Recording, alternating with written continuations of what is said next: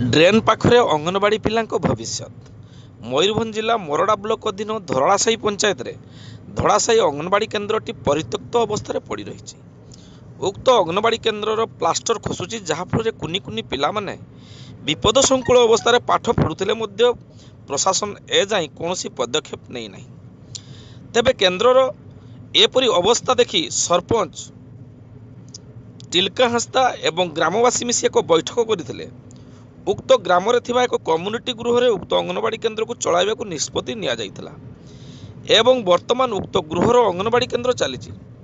ତେବେ ଉକ୍ତ କମ୍ୟୁନିଟି ଗୃହକୁ ଲାଗି ଦୁଇ ପାର୍ଶ୍ୱରେ ଡ୍ରେନ୍ ଥିବାରୁ ଦୁଇ ଥର କୁନି କୁନି ପିଲାମାନେ ଡ୍ରେନ୍ରେ ପଡ଼ି ଆହତ ହୋଇସାରିଲେଣି। ତେଣୁ ପିଲାଙ୍କ ପ୍ରତି ବିପଦ ଥିବାର ସମ୍ଭାବନା ଅଛି ବୋଲି କହିଛନ୍ତି ସରପଞ୍ଚ ଟିଲକା ହାଁସଦା। ଗ୍ରାମବାସୀ ନରେନ୍ଦ୍ର ଧୁଙ୍ଗିଆ, ବିଜୟ ଟିପ୍ରିଆ, ଅଜିତ କୁମାର ତୁଙ୍ଗ, ବାସନ୍ତୀ ଟିପ୍ରିଆ, ପୀତାମ୍ବର ଦାସ, ବିଷୟା ଥୟାଲ, ଧରେନ୍ଦ୍ର ଧୁଙ୍ଗିଆ ଏବଂ ଅନ୍ୟମାନେ।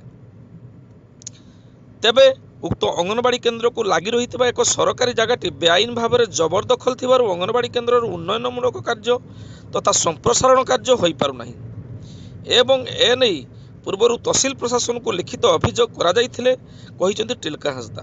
କିନ୍ତୁ ବର୍ତ୍ତମାନ ଯାଏଁ ଉକ୍ତ ଘଟଣାର ସମସ୍ୟାର ସମାଧାନ ହୋଇପାରିନାହିଁ।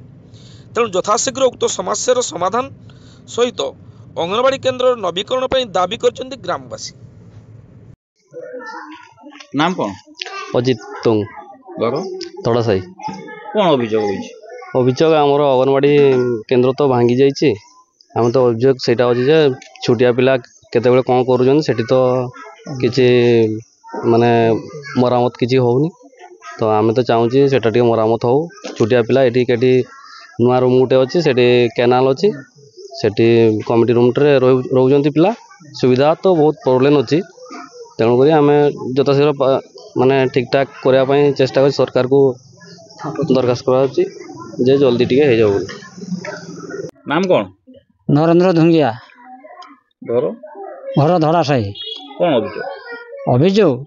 अभियोग हूँ आमर अंगनवाड़ी केन्द्रटा भांगिकी ऊपर ढेला ढेला पड़ुची।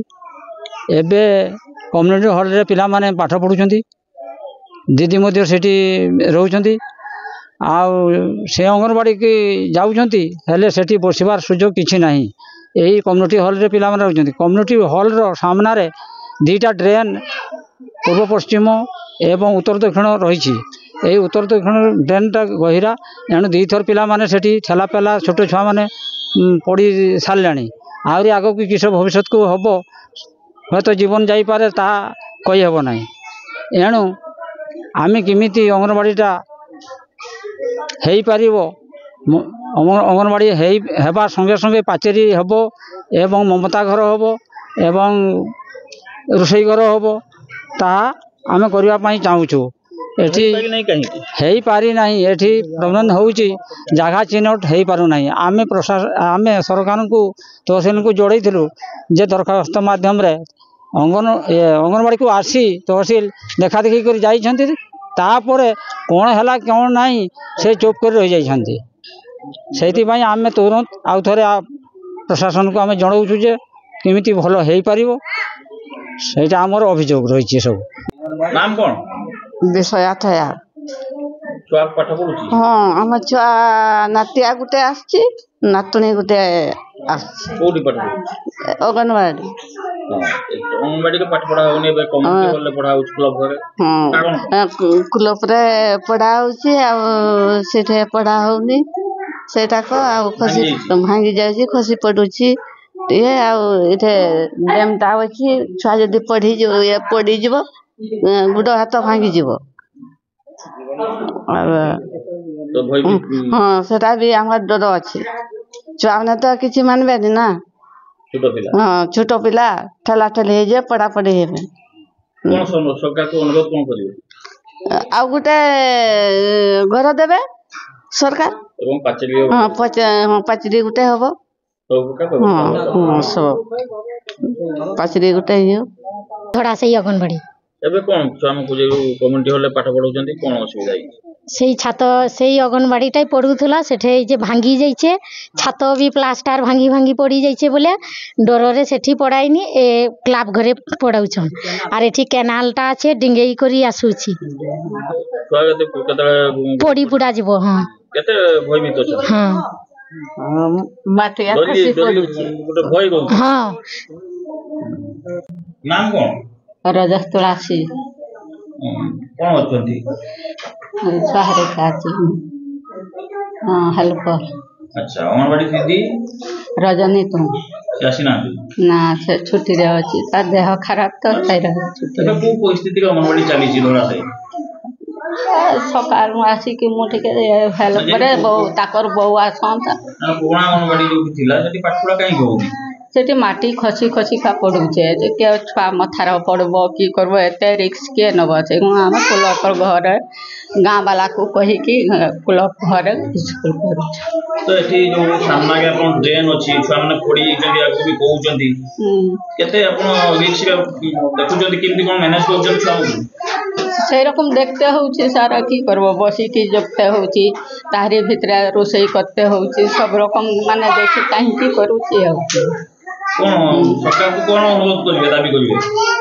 আমার সে অঙ্গনবাড়িটাকে রিপাইজ ভলকি হো আতিরে সব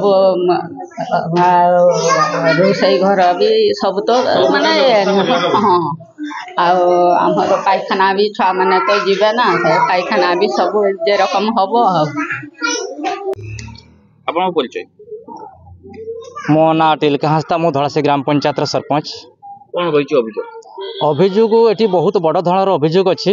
ଏଠି ଆପଣଙ୍କ ଧଡ଼ାସାହିର ଅଙ୍ଗନବାଡ଼ି ବହୁତ ପୁରୁଣା ଅଙ୍ଗନବାଡ଼ି। ଏ ଅଙ୍ଗନବାଡ଼ି ଯେଉଁ ଘର ଥିଲା ସେ ଘର ଆପଣଙ୍କର ଢେଲା ଢେଲା ଆପଣଙ୍କର ପ୍ଲାଷ୍ଟାର ଖସି ଯାଉଛି ଯାହାଫଳରେ କି ସେ ପିଲାମାନଙ୍କର ବସିବାର ସମ୍ଭବପର ନାହିଁ। ବହୁତ ଅଭିଭାବକ ଆସିକି ଅଭିଯୋଗ କରିଛନ୍ତି। ଅଭିଯୋଗ କରିକି ଗୋଟେ ସମାଧାନ କରାଗଲା ଯେ ଗୋଟେ ଆମ ଗାମ ବିକାଶର ଘର ଅଛି ଆମ ଓଡ଼ିଶା ନବୀନ ଓଡ଼ିଶା ତରଫରୁ କରାହୋଇଥିଲା। ସେଇଠି ବର୍ତ୍ତମାନ ପିଲାମାନେ କ୍ଲାସ୍ କରୁଛନ୍ତି ପଢ଼ୁଛନ୍ତି ଏବଂ ଦୁଇଟା ଡ୍ରେନ୍ ଅଛି। ଡ୍ରେନ୍ରେ ଆପାତତଃ 2 ଥର 4 ଥର ପିଲାମାନେ ଯିବା ଆସିବା କରୁଛନ୍ତି। କେତେବେଳେ କେ ମୁହୂର୍ତ୍ତରେ ପଡ଼ିଯିବାର ସମ୍ଭାବନା ଅଛି ହয়তো ଜୀବନହାନି ବି ଘଟିଯାଇପାରେ।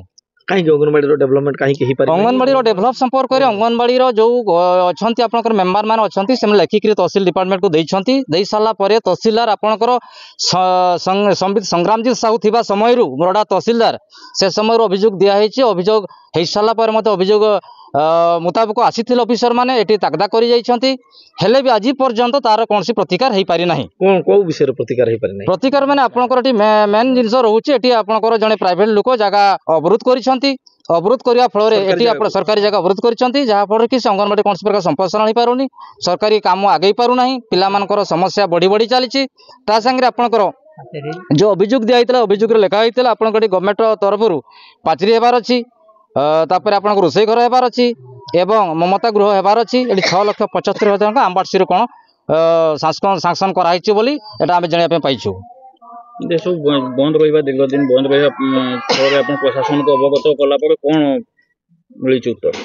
ବର୍ତ୍ତମାନ ସୁଦ୍ଧା ଆମେ ଯେତେ ଦିନ ହେଲା ଅଭିଯୋଗ କଲୁଣି ବର୍ତ୍ତମାନ ସୁଦ୍ଧା କିଛି ଆମକୁ କୌଣସି ବ୍ଲକ ତରଫରୁ ବା ତାଙ୍କର ତହସିଲ ବିଭାଗ ତରଫରୁ ପ୍ରଶାସନ ତରଫରୁ କୌଣସି ଆମକୁ ସେଭଳିଆ ସାହାଯ୍ୟ କରିନାହାନ୍ତି। କରିବା ପାଇଁ ଆଶା ତ ଆମେ ରଖିଛୁ ନିଶ୍ଚିତ ଭାବରେ। ତଥାପି ଆମେ ଆଶା ରଖିଛୁ ବର୍ତ୍ତମାନ ଯେଉଁ ନୂଆ ନବନିଯୁକ୍ତ ଭାବରେ ଯେଉଁ ଆସିଛନ୍ତି ବର୍ତ୍ତମାନ ମୋରଡ଼ା ତହସିଲଦାର ସେ ନିଶ୍ଚିତ ଭାବରେ ସେ ଭଲ ଲୋକ ଜ୍ଞାନୀ ଲୋକ ଅନେଷ୍ଟ ଲୋକ ଆଉ ନିଶ୍ଚିତ ଭାବରେ ସେ କରିବ ବୋଲି ଆମର ଭରସା ଅଛି। ସେ ନିଶ୍ଚିତ ଭାବରେ କରନ୍ତୁ। କୋଉଠି ପାଠ ପଢୁଛ? ଧଡ଼ାସାହି ଆଚ୍ଛା ଏଇ ଯୋଉ ଆସୁଛ ଅଙ୍ଗନବାଡିକୁ କେମିତି ଆସୁଛ? ଅଙ୍ଗନବାଡି ସାମ୍ନାରେ ତ ଗାତ ଅଛି ଖଣିଆ ଅଛି ଡ୍ରେନ୍ ଅଛି ଡର ଲାଗେ? ଡର ଲାଗା ସେଠି ପଡିଯାଇଛ ଆଗରୁ? କେତେ ଥର ପଡିଛ? 2 ଥର। କିଛି ହେଇନି? ଏବେ ସରକାର ଗୋଟେ ନୂଆ ଘର ଦେବା ପାଇଁ ଚାହୁଁଛ? ସରକାର ଗୋଟେ ନୂଆ ଘର କରିଦିଅନ୍ତୁ। ହଁ।